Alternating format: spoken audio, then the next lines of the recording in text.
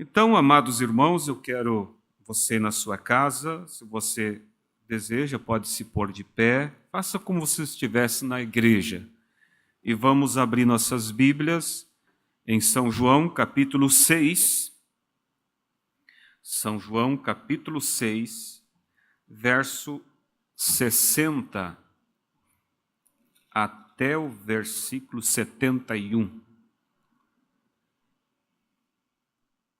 Capítulo 6 de São João, versículo 60 até o 71. Muitos, pois, dos seus discípulos, ouvindo isto, ouvindo a pregação de Jesus, disseram: duro é esse discurso, quem o pode ouvir?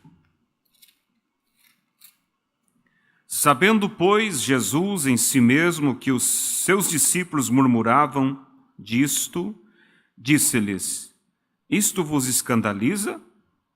Que seria, pois, se visseis subir o Filho do Homem para onde primeiro estava? O Espírito é o que vivifica, a carne para nada aproveita. As palavras que eu vos disse são Espírito e vida. Mas há alguns de vós que não creem, porque bem sabia Jesus desde o princípio quem eram os que não criam e quem era o que o havia de entregar.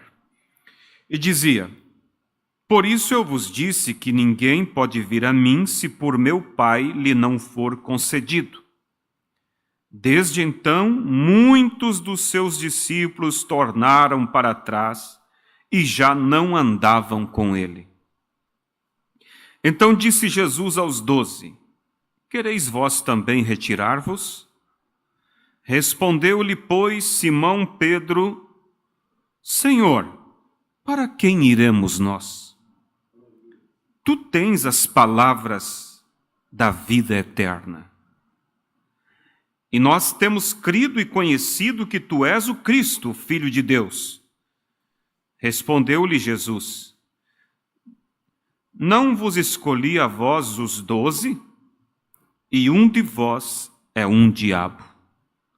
E isto dizia ele de Judas Iscariotes, filho de Simão, porque este o havia de entregar, sendo um dos 12. Vamos agora orar.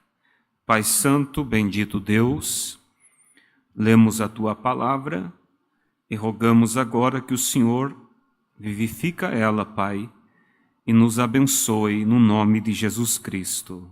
Amém.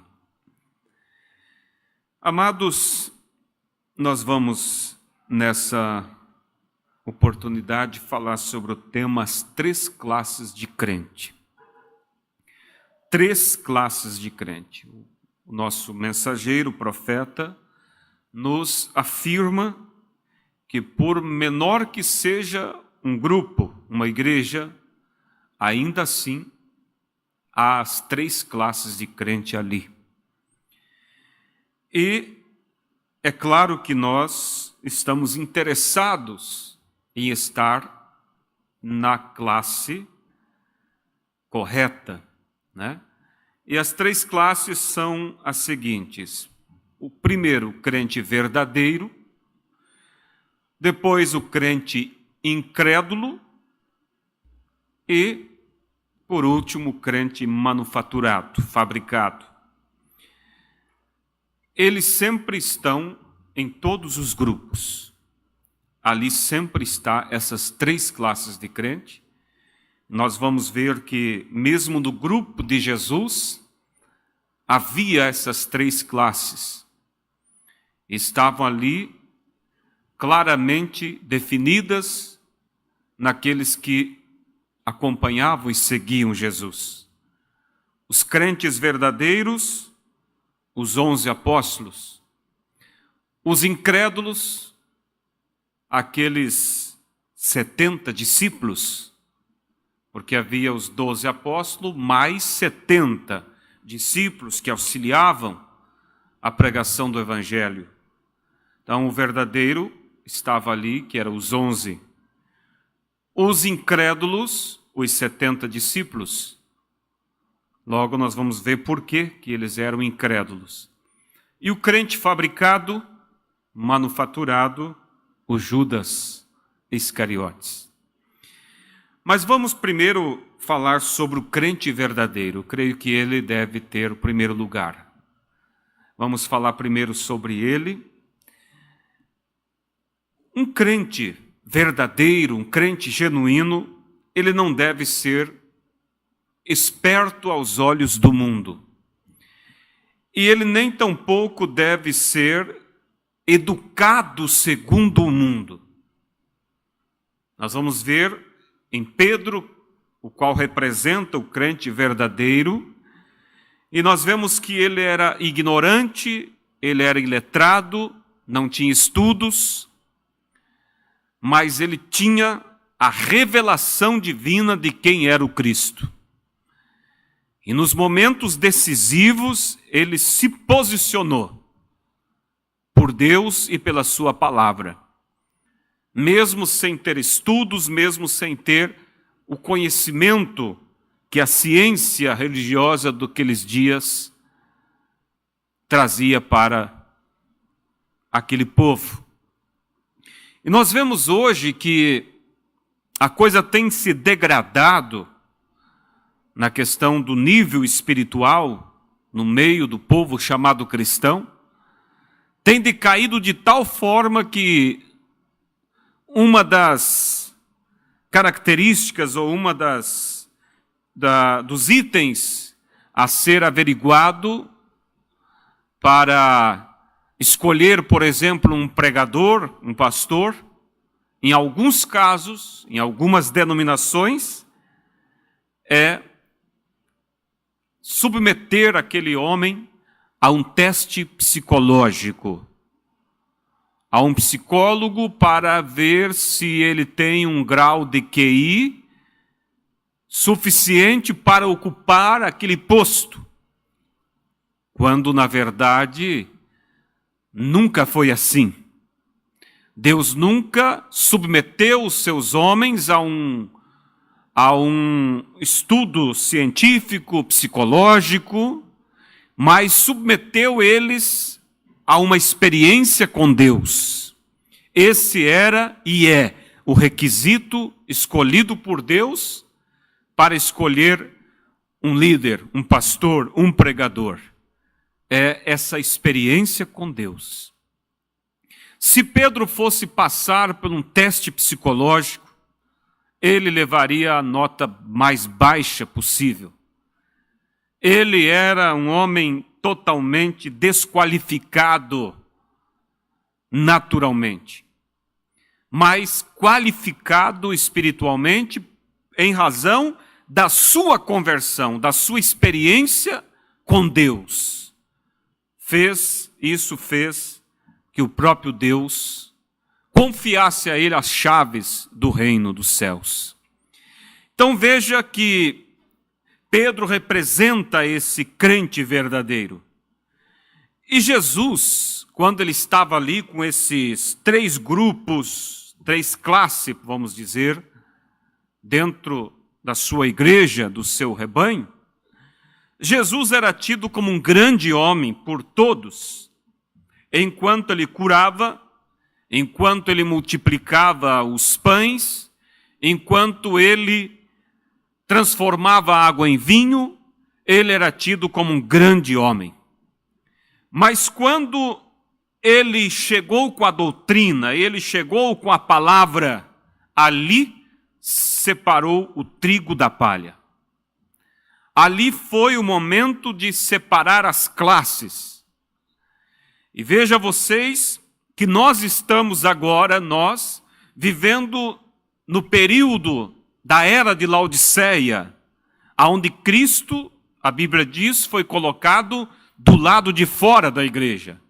Ele foi expulso para fora do sistema do homem. Exatamente na era de Laodiceia, você vai ver em Apocalipse, que ele diz, eis que estou à porta e bato. Se alguém abrir, eu entro e cearei com ele e ele comigo. Se ele bate é porque ele está pelo lado de fora. A igreja da última era o lançou para fora. O colocou do lado de fora. Nós estamos, amados, no encerramento da história. Por isso não é comum para nós vermos o que estamos vendo em questão de sinais, de acontecimentos, de todo tipo que estamos vendo e que vamos ver ainda pela frente. Mas para o verdadeiro crente, que é o que queremos focar nesta oportunidade, isso fará com que ele se ajuste mais à palavra. Mas as demais classes simplesmente fará com que elas adormeçam mais e se desconectem mais de Deus. Não há como fazer de um limoeiro produzir laranjas doces. Não há como fazer da classe do crente incrédulo ou do crente fabricado produzir frutos da vida eterna. Mas sempre produzirá bons frutos o crente genuíno. E não há como também, por outro lado, fazer com que o crente genuíno produza frutos escusos, frutos temerários, situações camufladas. Não, o crente verdadeiro sempre se definirá pela palavra, e quanto mais arroxo vier, quanto mais problema vier, mais alinhado com a palavra ele estará, mais posicionado com a verdade ele estará. Então, nós estamos, amados, no encerramento da história. Há um grande drama que tem se estabelecido. E num drama, você sabe, há personagens, e cada personagem tem que desempenhar um determinado papel. No grupo que estava com Jesus, teve que ter o Judas para desempenhar o seu papel, teve que ter o crente incrédulo para desempenhar o seu papel, mas teve que ter o crente verdadeiro para desempenhar também o seu papel. E é o que nós estamos buscando. É uma experiência com Deus, para que Deus nos leve a desempenhar o verdadeiro papel do crente genuíno, esse crente que um dia desses será tirado desta terra. Não haverá mais oportunidade daí para voltar a cultos como vamos ter. Agora fomos nós privados dos nossos cultos, momentaneamente em razão dessa pandemia. Mas sabemos que logo estaremos aqui reunidos glorificando a Deus. Mas chegará o dia que não haverá um retorno mais do pastor para estar aqui nesse púlpito, do crente genuíno para se assentar naqueles bancos, do líder de cântico para entoar hinos de louvor a Deus. Não! Dos músicos fazendo o seu papel. A igreja, a noiva, será levada. E eu creio, amados, que o que estamos passando é um beliscão da parte de Deus para nos acordar. Porque de uma hora para outra, tudo estava bem. A economia estava indo bem. Os teus planos, teus projetos estavam indo bem. E simplesmente de um dia para o outro, tudo mudou. Agora pense você, se fosse o arrebatamento, quantos teriam ficado? Quantos teriam ficado? Aí aonde você vê que esse seu argumento de que quando o aperto vier, eu vou buscar a Deus, não vai valer. Porque não houve tempo. De uma hora para outra, tudo mudou. Tudo parou, as ruas se esvaziaram, a economia caiu, o pânico tomou conta das pessoas. Mas diante da situação que estamos, tudo bem, há uma esperança de uma retomada, seja da economia, seja dos teus propósitos, seja da saúde para quem adoeceu, sarar. Mas quando chegar aquela hora, não haverá uma segunda chance. Quando se faz a prova do Enem, quando se faz a prova para a faculdade, tem aqueles que passam na primeira chamada. Os demais ficam esperando a repescagem, como diz. Há uma segunda chance, mas quanto à vida eterna não haverá repescagem. Quem foi, foi. Quem não foi, simplesmente ficou. Então, amados, veja que são mover de Deus para nos acordar. E diante dessas três classes de crentes, só vai subir a genuína. E nessa oportunidade queremos analisar para ver em qual delas nós nos encaixamos. Então estamos na era de Laodiceia, Cristo foi colocado para o lado de fora, estamos no encerramento da história, há um grande drama, como eu disse, se desenrolando, o mal está atuando de forma má, mas a igreja está se aprontando para o rapto. E você sabe que Noé, como tipo, porque Noé é um tipo do crente verdadeiro, vamos observar alguns exemplos agora de crentes genuínos. Noé, como tipo, ele nunca argumentou quanto à palavra de Deus.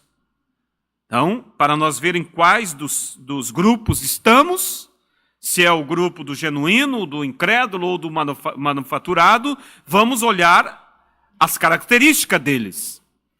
A característica do crente verdadeiro em Noé foi o quê? Não argumentar quanto à palavra de Deus. Muito embora a palavra de Deus era uma loucura ao entendimento natural de qualquer ser humano. Construir uma embarcação de uma madeira imprestável, que era o gofer, para enfrentar um dilúvio, que a ciência disse que nunca haveria de vir, porque não havia água lá em cima para inundar a terra. Mas Noé, o crente verdadeiro, não argumentou. O verdadeiro crente não se alvoroça. Noé não se alvoroçou. Abraão, o tipo também do crente genuíno, a decisão dele de tomar Deus em sua palavra e abandonar os seus parentes e sair, soou muito estranho. Soou estranho para o mundo. A decisão de um crente genuíno sempre vai soar estranho para este mundo. Cada crente tem que estar ciente que Deus é capaz de manter a sua palavra, mesmo que ela esteja sem explicação. Noé estava disposto a crer, estava ciente a isso. Abraão estava disposto a tomar Deus em sua palavra e crer que Deus era suficiente Deus para cumprir a sua palavra, mesmo contra toda a ciência, toda o ensinamento médico, clínico que pudesse falar sobre ele ou sobre sua esposa. Agora, veja, amados, que, como eu disse, há um desenrolar, há uma grande cena se desenrolando, há um grande acontecimento, um grande drama, e há personagens para compor cada lado nesse grande drama. E quando chegar a hora final, porque nesse drama, como falamos, o sujo está se sujando mais, o incrédulo se tornando cada vez mais incrédulos, e o manufaturado cada vez mais falso, mais enganador. Mas diante de tudo isso, quando chegar a hora, nós vemos que o crente verdadeiro também está cada vez se alinhando e se posicionando. E quando chegar a hora, este crente verdadeiro vai receber, disse o profeta, um tremendo poder do batismo do Espírito Santo. Será tão grande, a tal ponto de nos arrebatar dessa terra. É para isso que estamos caminhando. É para isso que estamos viajando. Para esse grande final. Quando o crente genuíno vai desencadear nesse tremendo e poderoso batismo do Espírito Santo. Agora, é você um crente genuíno? Ou é você um crente que argumenta quanto à palavra, argumenta quanto aos ensinos, argumenta quanto à doutrina, está cheio de murmurações, cheio de todo tipo de fofocas, de fuxicos? Em que lado você se enquadra? Jó também, o tipo do verdadeiro crente, ele se manteve fiel e firme diante das provações. Nós estamos, não deixa de ser uma provação a qual estamos passando também. Mas o mundo está passando junto. Só que o mundo vai fazer o quê? Vai se enfiar mais em sua rebeldia para com Deus. Mas o cristão se ajustar mais para com seu Criador. Então as provas, assim como veio com Jó, ela é um treinamento. Ela é um treinamento para o crente. E Davi, antes de enfrentar o Golias, ele teve que enfrentar um leão. Depois um urso. E tudo aquilo era um treinamento para a grande final. E nós, esses momentos, esses baques que está acontecendo, é um treinamento também para a grande hora. Aquela hora que não haverá retorno, porque agora haverá um retorno para os cultos. Mas aquela final não haverá mais. E eu dizia em uma breve vídeo que eu gravei, que nesse período que estamos vivendo, cada um deixará uma mensagem para Deus. Muitos aproveitaram esse momento vago de quarentena para entretenimentos, filmes, séries, jogos. Mas o crente genuíno tem aproveitado esse momento para entrar na presença de Deus, ler mais a sua Bíblia, ler mais as mensagens, e aí está se definindo de que lado você está. De que lado você está. Então veja, Satanás, quando você é tentado, provado, como Jó foi, ele vai tentar fazer você pensar que as provações é Deus te punindo. E aí é onde muitos pensam, estou pagando pelos meus erros, como coisa que algum sofrimentozinho vai pagar pelos teus pecados. Não, o único que pagou pelos nossos pecados foi Cristo.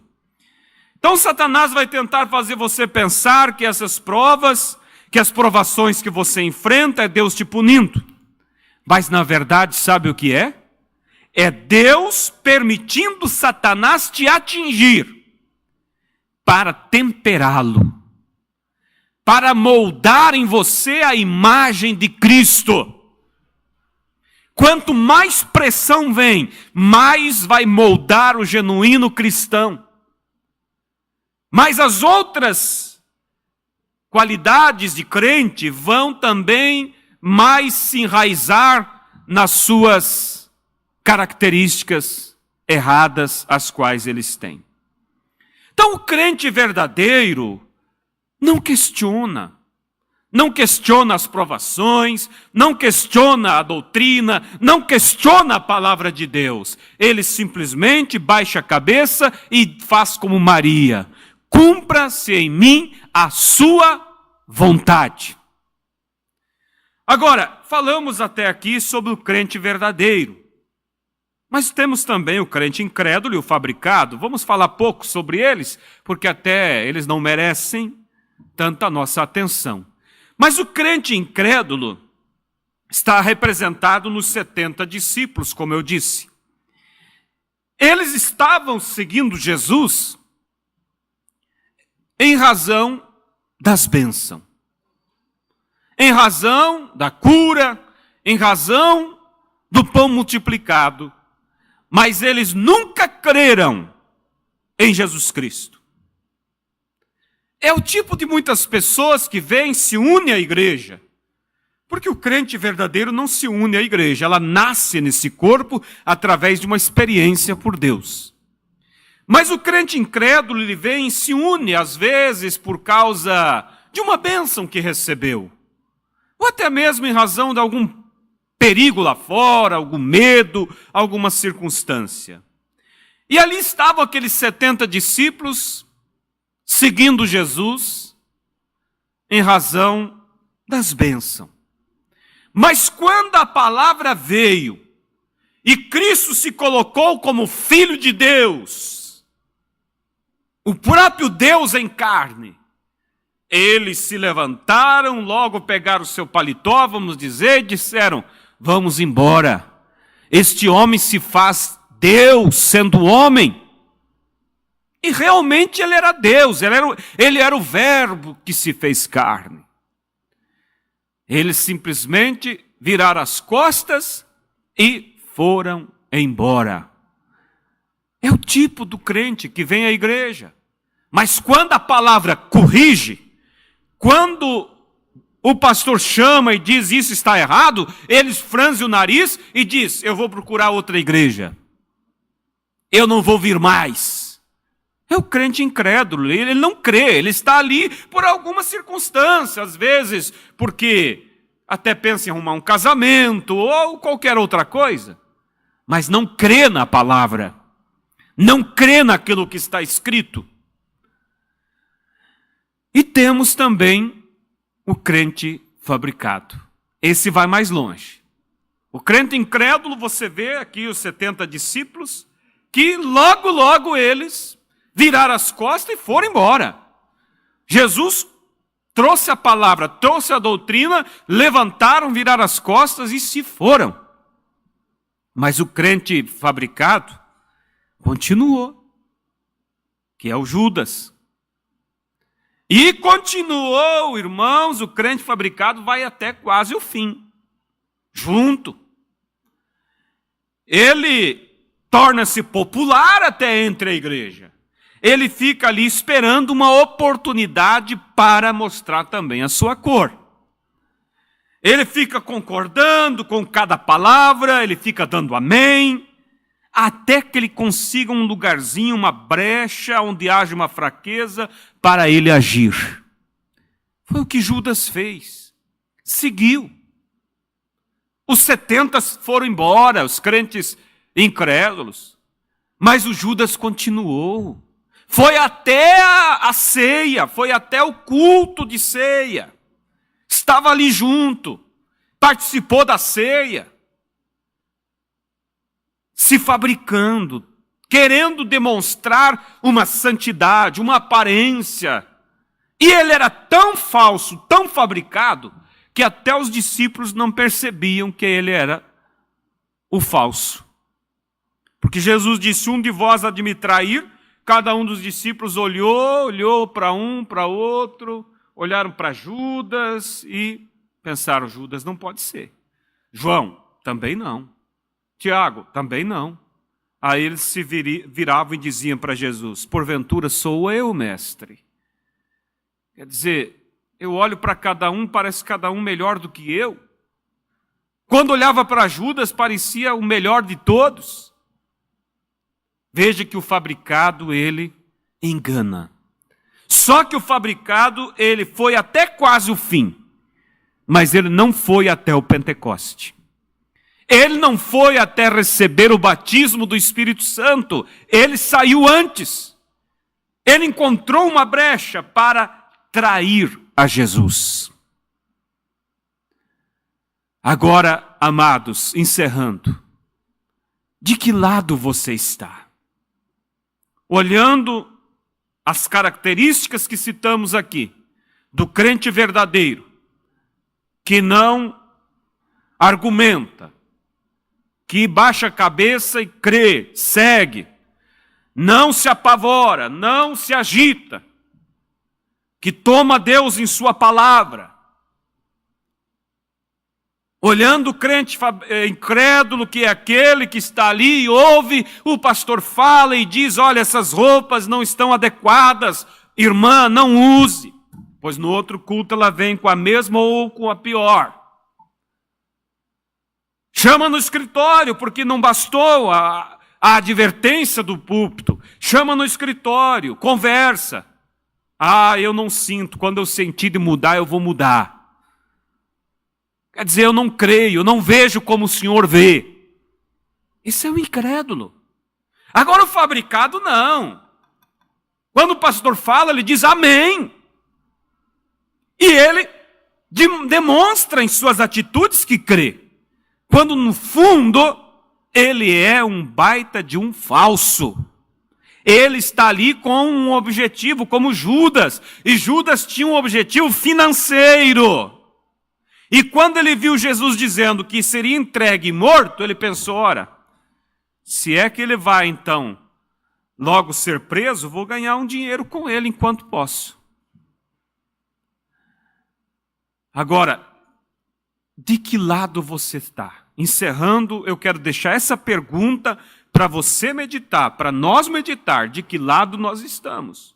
Como eu disse, diante dos acontecimentos que temos visto, de uma hora para outra, tudo mudou, tudo virou do lado avesso. Mas vamos ter uma chance de vir à igreja, os cultos vão recomeçar, mas quando chegar aquela hora, será algo parecido assim também, só que sem retorno. E aí, quem está do lado do crente incrédulo, ficou. Quem está do lado do crente fabricado, falso, ficou. Mas quem está no grupo do crente verdadeiro, sentirá como que um choque em seu corpo, e em um abrir e piscar de olhos terá o seu corpo transformado e subirá a encontrar Cristo nos ares. Irmãos, isso está tão perto. E eu me preocupo porque eu vejo que Deus está falando por trás desses acontecimentos a uma voz. E eu tenho visto que não tem movido a maioria dos corações. Muitos vão continuar, a vida vai voltar ao normal, e eles vão voltar às suas velhas práticas, suas velhas vidas. O mundo ali fora está fazendo disso piadas, brincadeira, e vão adiante.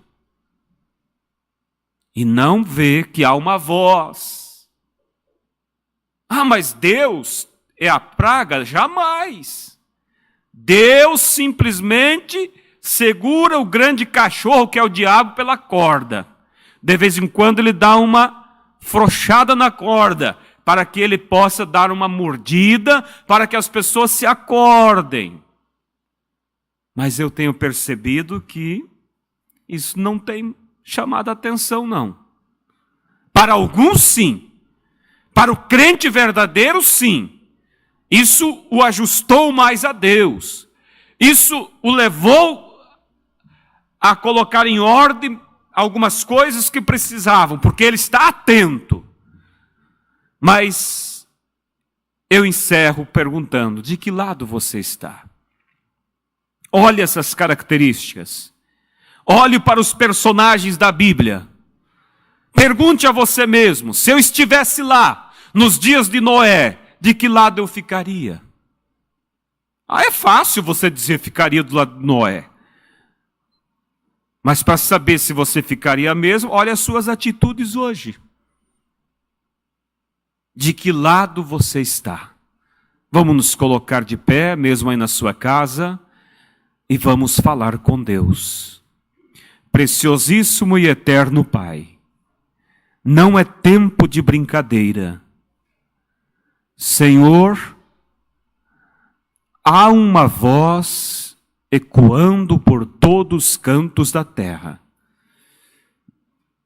Meu Senhor, breve a trombeta soará.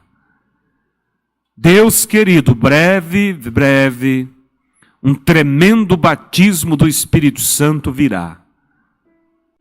E os verdadeiros crentes serão tomados por aquele tremendo poder do Espírito Santo e arrebatado. Mas o crente incrédulo ficará na sua incredulidade. O crente manufaturado ficará em suas falsidades. Deus, permita, Pai, que teus filhos que ouviram esta palavra e aqueles que vão ouvir,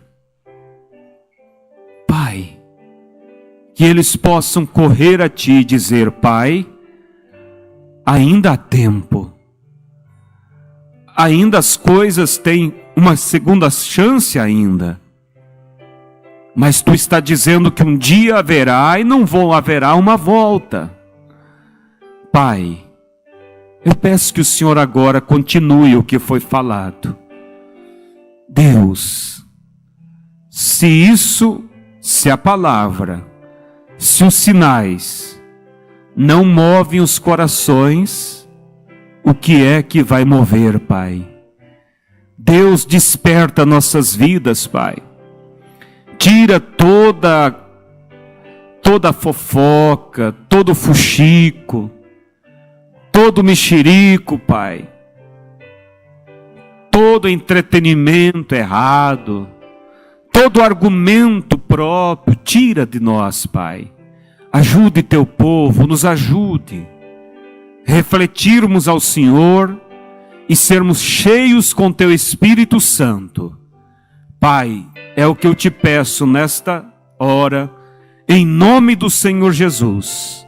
Eu entrego a tua palavra e os corações ao Senhor, para que o Senhor nos leve a refletir e a ver realmente aonde precisamos melhorar as nossas vidas. É o que te pedimos, Pai. É no nome do Senhor Jesus Cristo que eu te peço. Amém, Jesus. Faça isso, Pai. Desperta o teu povo, Senhor. Deus querido, ainda há tempo. Trata com tuas ovelhas. Em nome do Senhor Jesus Cristo lhe pedimos. Amém, Jesus. Eu sei que o Senhor fará. Eu sei que o Senhor alcançará o coração que tem que ser alcançado. No nome de Jesus Cristo. Amém.